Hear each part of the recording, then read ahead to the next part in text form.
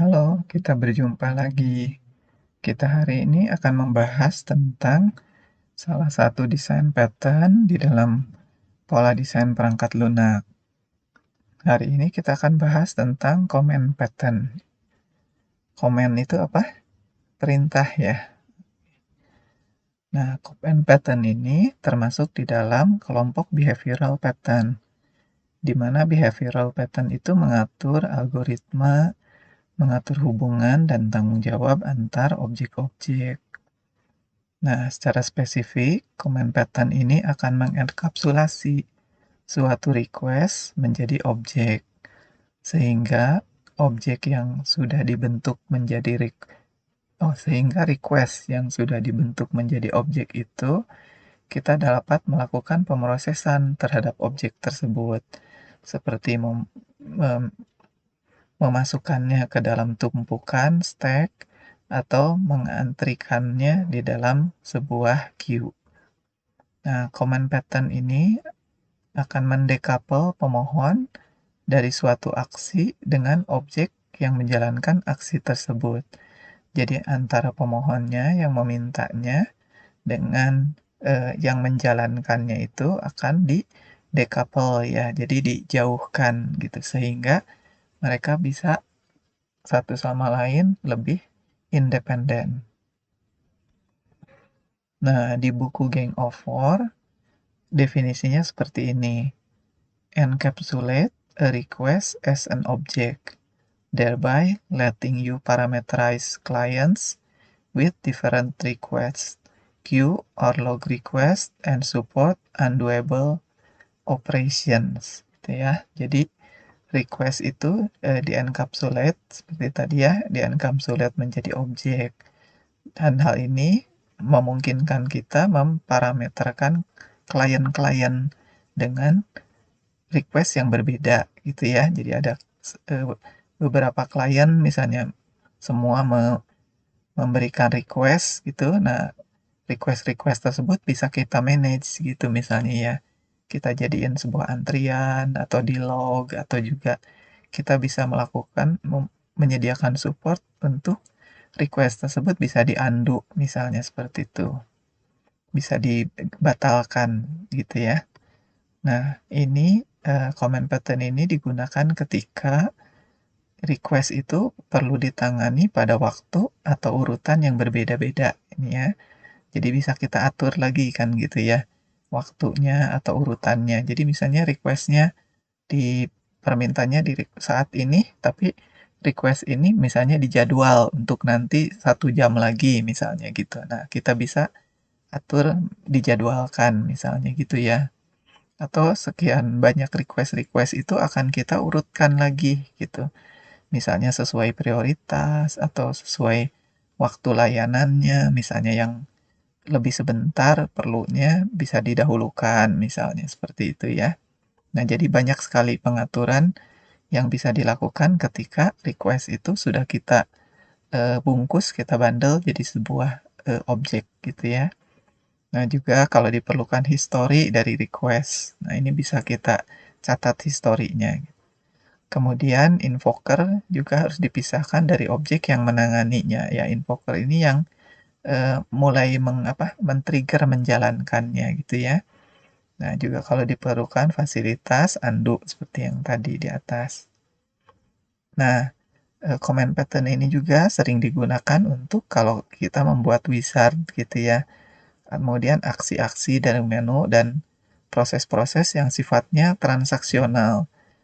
Ya, proses transaksional itu apa? Yaitu beberapa serangkaian misalnya aksi yang itu tuh harus baru benar kalau seluruhnya berhasil gitu.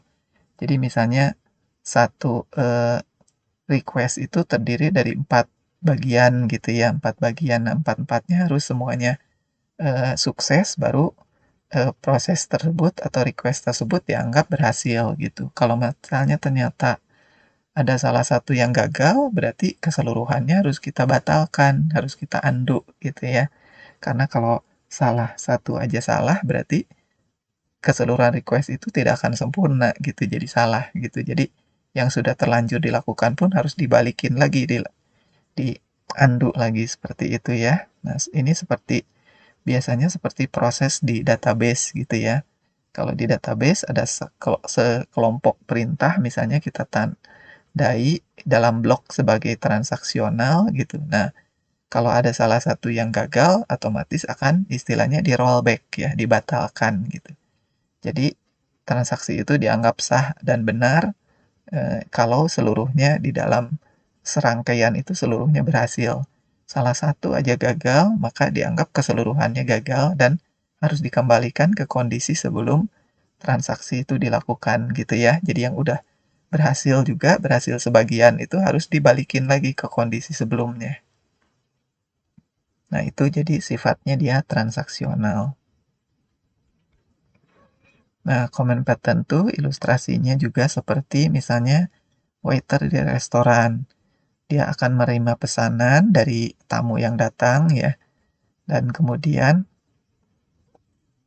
ya pesanan itu akan berupa kan request ya dari customer.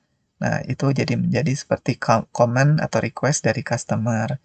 Nah, pesanan tersebut kemudian dari berbagai meja misalnya dan beberapa waiter misalnya akan diantrikan ke dapur gitu ya. Jadi disimpan jadi queue, jadi urutan yang akan di dapur diproses untuk dimasakin gitu ya. Oke, ya di sini ya waiter memberitahu juru masak adanya pesanan yang baru gitu, ada nomor urutan yang baru gitu ya. Nah, juru masak akan mendapat informasi yang cukup untuk memasak pesanan tersebut gitu. Dan nanti kalau udah selesai dikasih tahu lagi ya, dikasih notifikasi pesanannya udah selesai dibuat, dimasak gitu. Nah, diagram kelas untuk common pattern ini adalah seperti ini. Jadi kita yang pertama ini punya eh, di sini concrete common, dia punya method execute. Oh, ini sebetulnya agak sedikit salah ya.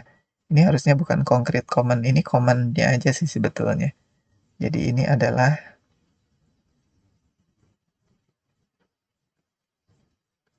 ya ini oh ini, oh iya betul, sorry sorry. Ini adalah betul, ini concrete command-nya. Oke, ya. Ini concrete command-nya. Jadi ini adalah yang pertama ada interface. Ya, ada interface command-nya. Ada interface command ini mendefinisikan method execute gitu ya. Dan interface command ini akan digunakan oleh invoker gitu ya. Jadi di invoker itu dia menggunakan, jadi command ini dipakai sebagai salah satu atribut di invoker, dan invoker sebetulnya di apa dipanggil oleh client gitu. Jadi yang punya request itu sebetulnya client. Klien itu adalah yang memiliki request untuk ditolong gitu, ditangani untuk dilayani ya. Yang bisa melayaninya sebenarnya adalah receiver gitu.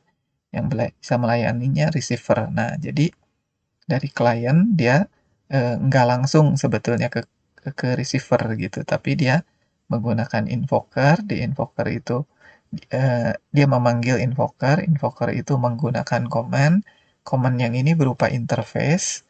Nah, jadi yang mengeksekusi sebenarnya adalah concrete command-nya. Concrete command ini me- mengimplementasikan method execute-nya di sini. Nah, method execute inilah baru yang akan dijalankan oleh receiver-nya seperti itu. Jadi kalau lihat seperti agak berputar ya. Nah, tapi ini dibutuhkan. Jadi dari klien sebenarnya bisa langsung ke receiver, tapi di sini berputar dulu ke invoker, ke command, concrete command, dan baru ke receiver-nya.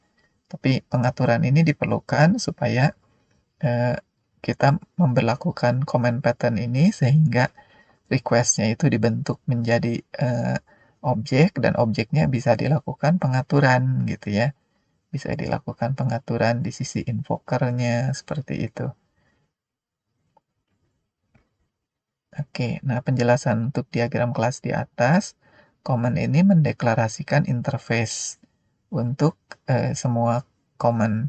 Dia menyediakan metode execute akan meminta penerima atau receiver yang akan melakukan operasi tertentu ya. Jadi operasi sesungguhnya dilakukan oleh receiver. Receiver itu dia memperoleh informasi yang cukup untuk memproses request-nya. Nah, invoker ini akan menyimpan request dan meminta command untuk memproses request dengan memanggil metode execute gitu ya. Jadi yang nge-pulling-nya dan mengatur kapan mulai dilakukannya adalah invokernya. Gitu. Nah, klien itu akan membuat objek concrete command menentukan penerima atau receiver dari command-nya tuh siapa gitu ya. Tapi klien tidak langsung mengeksekusi ke receiver gitu. Nah, concrete command mengaitkan antara aksi dengan penerimanya siapa gitu ya, receiver-nya siapa. Nah, ketika invoker menjalankan execute, concrete command itu akan menjalankan satu atau lebih aksi pada receiver gitu. Jadi aksinya sebenarnya dilakukan di receiver. Oke, nah itu penjelasan dari diagram kelas sebelumnya. Nah, kalau kita lihat secara sequence diagramnya, maka di sini klien itu dia akan meng-create command sebenarnya. Dia meng-create command, nah kemudian nanti sebetulnya klien juga mengakses invoker ya, invoker yang akan mulai men-triggernya gitu ya. Jadi ketika waktunya emang dilakukan aksinya, invoker itu akan men-trigger execute yang ada di command gitu ya. Dan execute yang di command ini pada gilirannya memanggil aksi yang ada di receiver gitu. Nah, hasil aksi dari receiver bisa akan kembali lagi ke command, ke invoker, dan kemudian ke klien yang membutuhkannya, yang meminta layanannya ya. Oke. Nah, ini adalah contoh untuk command pattern. Kita di sini ceritanya punya eh, proses gitu ya, request itu untuk menyalakan atau mematikan lampu yang dibungkus menjadi objek gitu ya, sehingga disiapin juga dalam bentuk kelasnya. Nah, pertama kita memiliki interface command. Ini interface command-nya, dia mendefinisikan metode execute-nya, tapi bodinya tidak ada ya, nanti bodinya ada di concrete command-nya. Nah, kemudian untuk sisi receiver-nya, yang bisa melakukan prosesnya adalah si receiver ini. Nah, receiver ini kita ada di dalam kelas Light. Dia punya dua layanan, yaitu switch on, menyalakan lampu gitu ya, jadi statusnya diubah jadi true, dan dia akan menuliskan ini ke output. Dan sebaliknya, satunya lagi adalah switch off, di mana on-nya dibikin false gitu ya, dan akan menuliskan tulisan light off.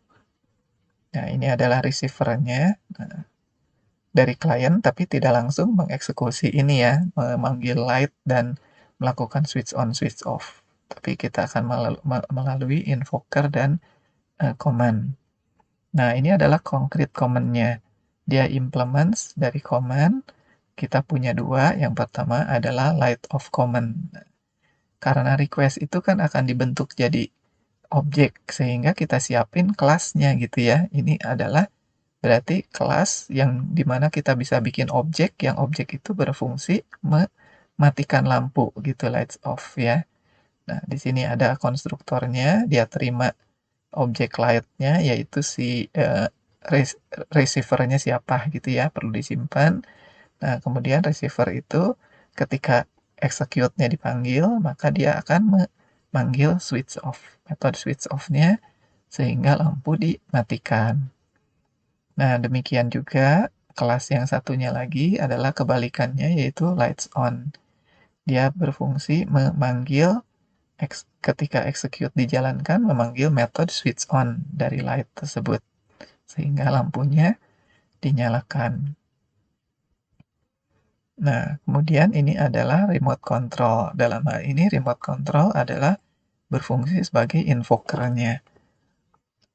Jadi dia di sini kita melakukan set command objek command-nya sama dia diterima dan disimpan sebagai atribut di dia, kemudian ketika mulai dilakukan, prosesnya harus dilakukan, misalnya di sini ada metode press button-nya dipanggil gitu, maka command itu execute-nya akan dipanggil gitu. Jadi ketika objek command ini dia dikasih misalnya objek dari lights on command, itu dia disimpan ke sini lights on command, maka ketika press button lights on command titik execute, artinya yang akan dipanggil adalah switch on ya dari objek light tersebut, maka lampu jadi menyala gitu. Tapi kalau command yang kita kasih di sini eh, lights off command, maka fungsinya untuk mematikan lampu kan, ketika dipanggil di sini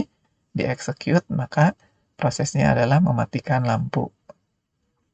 Oke, seperti itu ya. Jadi di sini dapat satu command, kemudian bisa nunggu misalnya berapa lama, ketika nanti dilakukan press button baru di-execute.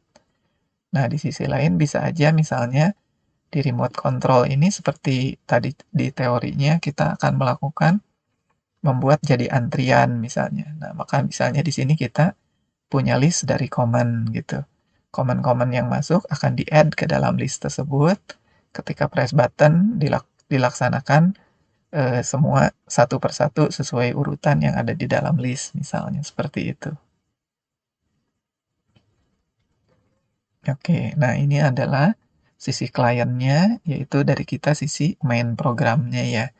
Nah, di sini dia eh, membuat objek dari remote controlnya, dia membuat objek light-nya juga.